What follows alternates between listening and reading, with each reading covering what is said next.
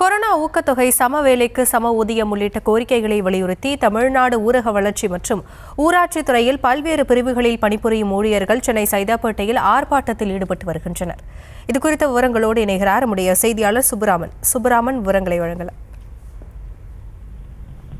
வணக்கம். தமிழ்நாடு ஊரக வளர்ச்சித்துறை தொழிலாளர்கள் சங்கம் சார்பில் ஊரக வளர்ச்சி மற்றும் ஊராட்சி துறையில் பணிபுரியும் தூய்மை பாரத வட்டார ஒருங்கிணைப்பாளர்கள், அதாவது தூய்மை பணியில் ஈடுபடக்கூடிய அந்த பணியாளர்கள் தங்களது 11 அம்ச கோரிக்கைகளை வலியுறுத்தி சென்னை சைதாப்பேட்டை பனங்கல் மாளிகை அருகில் அந்த ஆர்ப்பாட்டத்தில் ஈடுபட்டு வருகிறார்கள். அவர்கள் குறிப்பாக கொரோனா ஊக்கத்தொகை வழங்க வேண்டும், சம வேலைக்கு சம ஊதியம் வழங்க வேண்டும், அதே போல சத்துணவு ஊழியர்களுக்கு இணையான சலுகை வேண்டும், இஎஸ்ஐ, பிஎஃப் வழங்க வேண்டும், அதே போல மேல்நிலை நீர் தேக்க தொட்டி இயக்குபவர், அதே போல தூய்மை பணியாளர்கள் அந்த காலி பணியிடங்களை உடனடியாக நிரப்ப வேண்டும் என 11 அம்ச கோரிக்கைகளை வலியுறுத்தி இந்த பகுதியில் ஆர்ப்பாட்டத்தில் ஈடுபட்டு வருகிறார்கள்.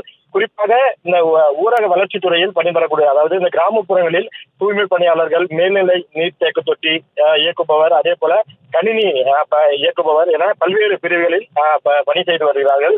அவர்களுக்கு இந்த 11 அம்ச கோரிக்கைகளும் கொடுக்கப்பட்டிருக்கிறது. இந்த கோரிக்கைகளை உடனடியாக எங்களுக்கு நிறைவேற்றி தர வேண்டும் என்று கூறி இந்த சென்னை சைதாப்பேட்டை பனங்கல் மாளிகை அருகில் கண்டன ஆர்ப்பாட்டத்தில் அவர்கள் ஈடுபட்டு வருகிறார்கள்.